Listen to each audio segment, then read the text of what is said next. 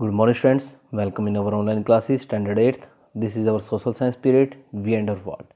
Dear students, we are discussing our chapter number 13, colonialism and urban change. In this chapter today, we will discuss British impact on Indian painting, literature and architecture कि भारतीय painting पर, साहित्य पर और जो architecture स्थापत्य कला है उस पर ब्रिटिश इम्पैक्ट क्या रहा, प्रभाव क्या रहा.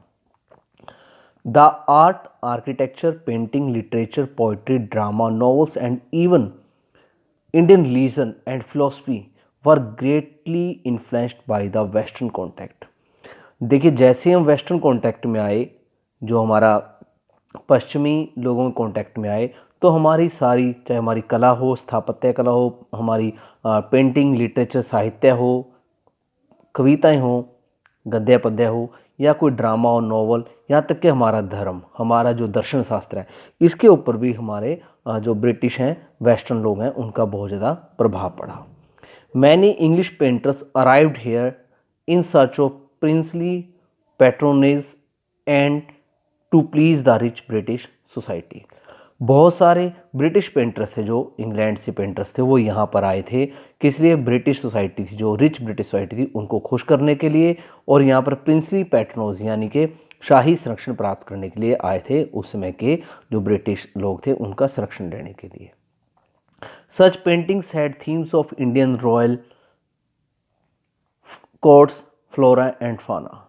जो उस समय की पेंटिंग्स थी, उनकी थीम क्या होती थी? रॉयल कोर्ट्स, जो शाही हमारा शासन था, जो पुराने हमारे राजा महाराज थे, उनका जो कोर्ट होता, दरबार होता था, वो उनकी पेंटिंग का. हमारी जो फ्लोरा एंड फाना, हमारा जो वन थे, वन संपदा थी, और जो हमारी वन संपदा के साथ साथ जो हमारी वन्य जीव संपदा है, वो भी आ जाती है, जीव संपदा. तो ये सारी उनकी पेंटिंग का थीम होती थी.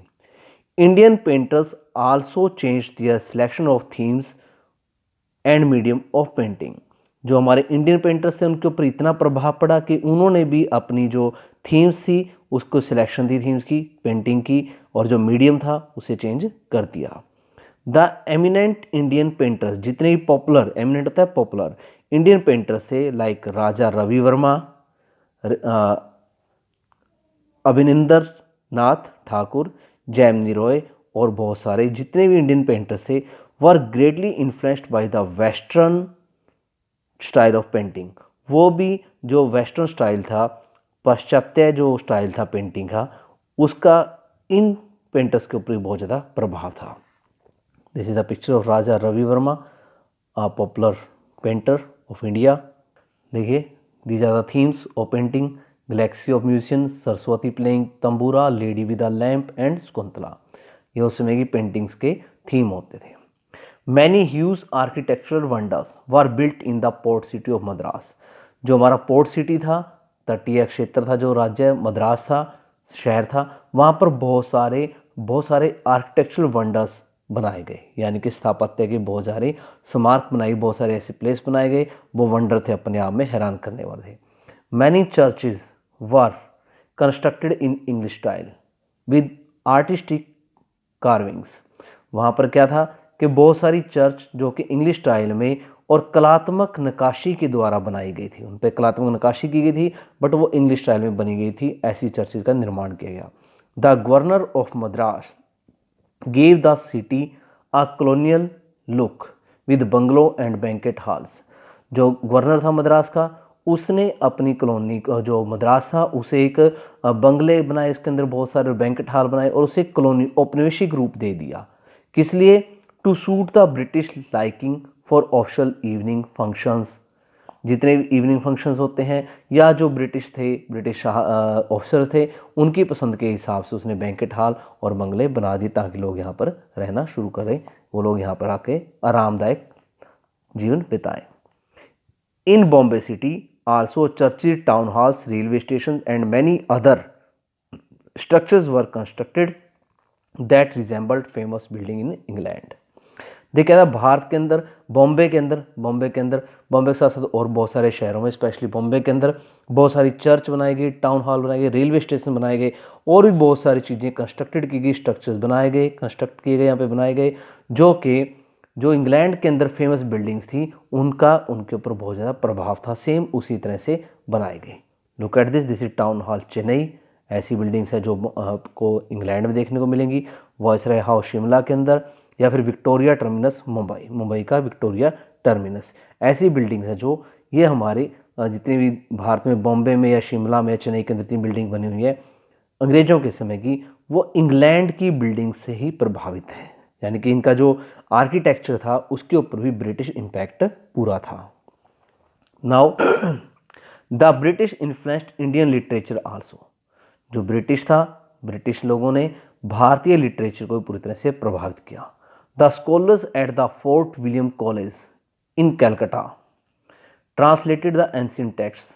जितने भी फोर्ट विलियम कॉलेज के अंदर लोग थे, पढ़ाने वाले ब्रिटिश थे, स्कॉलर्स थे, उन्होंने जो एंशिएंट टेक्स्ट हमारी उनको ट्रांसलेट किया इंग्लिश में। रोट ग्रामर्स, कंपाइल्ड डिक्शनरीज बनाई and collected manuscripts in English. और जो हमारी पुरानी मैन्युस्क्रिप्ट्स हैं उनको इंग्लिश में ट्रांसलेट किया।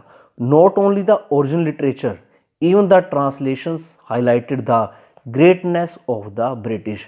यहाँ तक कि जो उनका ओरिजिनल लिटरेचर था उसमें नहीं, इवन जो उन्होंने ट्रांसलेट किया उसके अंदर भी उन्होंने ब्रिटिश की ग्रेटनेस को ही शो किया। यानी कि जब उन्होंने हमारे लिटरेचर को इंग्लिश में ट्रांसलेट करके लिखा तो उससे क्या हुआ, उन्होंने अपने जो ब्रिटिश पावर थी उसको ग्रेट शो किया कि ऐसी महान पावर है। This is the fort William college of Calcutta. आप ये पिक्चर देख लें, आपके पिक्चर बनी आ सकती है, उसका नाम आपसे पूछा जा सकता है। The great literary figures like Rabindranath Tagore, Aurobindo Ghosh, Sarojini Naidu, Mulk Raj Anand, R K Narayanan were influenced by the English patterns of writing. ये जितने भी हमारे रविंद्रनाथ टैगोर हैं, अरबिंदो घोष हैं, या फिर सरोजिनी नायडू हैं, आर के नारायणन हैं, ये सभी आर के नारायणन हैं, मुल्क राज जी हैं, ये सभी जितने भी महान लिटरेरी फिगर्स हुए हैं, साहित्यकार हुए हैं हमारे देश के, इनके ऊपर भी इंग्लिश पैटर्न था जो राइटिंग का उसका बहुत ज़्यादा प्रभाव था। यानी कि ये भी इंग्लिश लिटरेचर से प्रभावित थे। Now do you know from palm leaves to the printed word. पहले आपको पता है कि जो हमारे पाम लीव्स हैं उनके ऊपर लिखा जाता था, फिर प्रिंटेड वर्ड में कैसे आए, क्या प्रभाव पड़ा प्रिंटेड वर्ड का। The credit for thinking of the need of political freedom and social progress by Indians goes to the missionaries through the introduction of printing and publishing। देखिए जो क्रेडिट है हमारे नीड, पॉलिटिकल नीड यानी कि राजनीतिक आज़ादी की जो हमें ज़रूरत थी उसकी जो सोच है, इसका क्रेडिट जाता है जो हमारे इंडियंस के अंदर मशीनरीज थी प्रिंटिंग की, यानी कि छपाई की या फिर प्रेस की स्वतंत्रता और जो किताबें छपती थी उसको जाता है कि हमारे अंदर उन्होंने पॉलिटिकल फ्रीडम का जो विचार था हमारे समाज में लेकर के आए। अर्लियर द ओनरशिप, पहले क्या था, ownership of hand written books was in the hands of a few. कुछ ही लोगों के हाथ में इसका मालिकाना हक था, नहीं कुछ लोग ही बुक्स लिखते थे। They were written on palm leaves के ऊपर लिखते थे। But printing press made it possible for a person of average means to own and read books. लेकिन जो प्रिंटिंग प्रेस थी उसने पॉसिबल बना दिया कि एक व्यक्ति इसे अपना साधन बना सकता है, इसका मालिक बन सकता है और बहुत सारी बुक्स को पढ़ सकता है। और बुक्स पढ़ने के कारण ही उसके अंदर जो पॉलिटिकल फ्रीडम का विचार जागृत हुआ।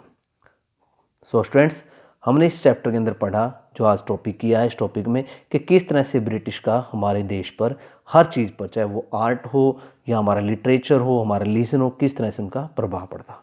These are the keywords. आपने इस चैप्टर को फुल को अच्छी तरह से रीड करना है। You have to read page number 151, 152 and 153। If any doubt any query then call me. Thank you, have a nice day.